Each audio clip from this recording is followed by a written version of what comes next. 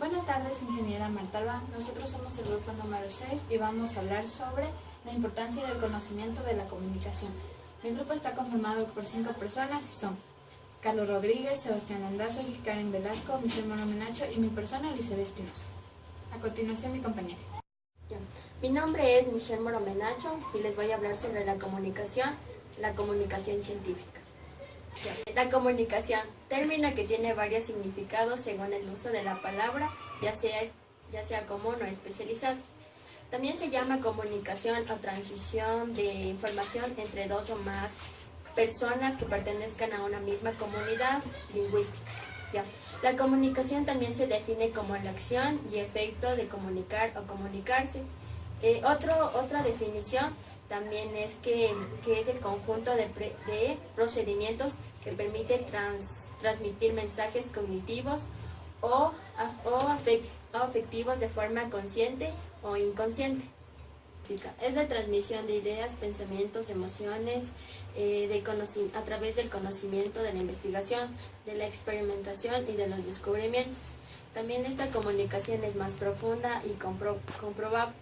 La comunicación científica utiliza un lenguaje técnico en referencia a las diversas ciencias. La comunicación científica también es el estudio de cómo las investigaciones de cualquier campo utilizan y difunden información a través de canales de información o informales. Otra definición también es que la comunicación científica asume un proceso. Este proceso primero se presenta con un código, o sea, un lenguaje especializado que puede ser codificado o descodificado. Buenas tardes, mi nombre es Lisette Espinosa y voy a hablar sobre la comunicación oral y escrita y los elementos de la comunicación oral y escrita. La comunicación se divide en dos, la comunicación oral y la comunicación escrita. La comunicación oral tiene los tipos de lenguaje no verbal que son kinésico, proxémico, icónico, fonético, mientras que la comunicación escrita se divide en dos, que son las funciones del lenguaje y las variaciones de la lengua. Las funciones del lenguaje: referencial, apelativa, fática, expresiva, poética y metalingüística, mientras que las variaciones de la lengua son la jerga, el calo y el modismo. Expresión oral. Tipos de expresión. Hay la formal y la informal. La formal, voy a dar algunos ejemplos, son el debate y la disertación. En el debate el objetivo es dar a conocer lo que nosotros pensamos, mientras que los argumentos serían la ejemplificación, estadismo, historismo, comparativismo y popular. La identificación, en cambio, implica reconocer las necesidades y los objetivos de la comunicación. Los elementos de la comunicación son el mensaje, el emisor, el receptor, el código, el canal, el contexto y el lenguaje corporal. Las recomendaciones que se podrían dar para la expresión oral sería cuidar nuestro volumen, nuestra mirada, la gestualización, el ritmo y la naturalidad. Características. Entre las características tenemos la expresividad, el vocabulario y hablar correctamente. ¿De qué se trata la expresividad? La expresividad es la forma espontánea y natural, y esta tiene algunos matices, como son los afectos que dependen del tono que empleamos y de los gestos. El vocabulario. Se utiliza un vocabulario sencillo y limitado. Normalmente siempre decimos frases como el sea, entonces, no, tal vez. Otra de las características es hablar correctamente. Para esto tenemos que vocalizar bien y evitar las palabras como lo sea, como. También tenemos que llamar a las cosas por su nombre. Y tenemos que evitar utilizar gestos exagerados. En la expresión escrita, para comprender mejor, nosotros elaboramos resúmenes que deben estar escritos con expresión coherente, para lo cual hay que seguir las macroreglas. También podemos identificar los conceptos a partir del uso de formas esquemáticas, es decir, mapas conceptuales, mapas mentales y cuadros sinópticos. Por otra parte, debemos identificar los tipos de de textos. A ver, debemos identificar los tipos de textos, que son el expositivo, informativo y literario. El expositivo y el informativo tienen una estructura que los define como narrativos, argumentativos y descriptivos.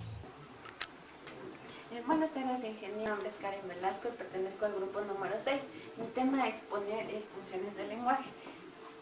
Bueno, funciones del lenguaje se entiende como los hechos que el ser humano utiliza para interactuar, interpretar, expresarse con los demás, tomando en cuenta la base que sería la lingüística y la comunicación. Existen 6 tipos de funciones del lenguaje. Las 3 principales y las 3 secundarias. Aquí miramos las 3 principales, que son la función emotiva o expresiva, referencial o informativa con activa o apelativa. Y las secundarias son la función poética, la función metalingüística y la función fática. A continuación, vemos un cuadro sinóptico, un cuadro mapa conceptual, resumiendo las funciones. Bueno, el mensaje es la base, ¿no? Es la base para interactuar, es la base de toda la comunicación, de toda la conversación que va a existir entre personas. ¿Vale? El canal, cómo lo vamos a interpretar, o como en este caso hablando, ¿no? Y el código, y el receptor, el emisor y el receptor. Ya, aquí tenemos la función referencial o informativa. La función referencial o informativa, bueno, la función referencial es una de las principales y a simple vista es la más primordial y esencial. Es la más primordial y esencial, ya que utilizamos en todo nuestro ambiente, en conversaciones, en contextos, al momento de entablar algo. Función emotiva la función emotiva o expresiva es la función expresiva que se identifica con el factor de comunicación, el emisor, ya que el emisor es quien va a dar el mensaje a los demás. Es decir, en este caso sería claramente lo decimos, ¿no? Se da cuando expresamos sentimientos o deseos. La connativa o apelativa. El hablante quiere llamar la atención del oyente. Se basa también en el mandato y las preguntas. Utiliza un lenguaje coloquial. Los ejemplos serían la publicidad, el marketing. Bueno, las secundarias, aquí tenemos la fática o de contacto. Dice, se utiliza para establecer contacto o cortar la comunicación. Cortar la comunicación, podríamos decirla que la termina la conversación. No es un lenguaje más bien para como decirnos, sacar información o obtener información de algo. No es principalmente su objetivo, sino tenemos un ejemplo, ¿no? Aquí la muchacha le dice, hay mucho viento, ¿puedes escucharme? Y él dice, no oigo nada. Eso sería ser una persona cortante. Más bien de eso se trata la fática o de contacto. Poética o estética. Se utiliza cuando se busca la belleza y el mensaje oral o escrito se cuida especialmente. El ejemplo sería un verso. Amar es cuando la proteges de la lluvia y el viento. Amar es cuando la abrazas y te olvidas del tiempo. Ya, esto es muy básico y la conocemos muy bien en poemas o versos.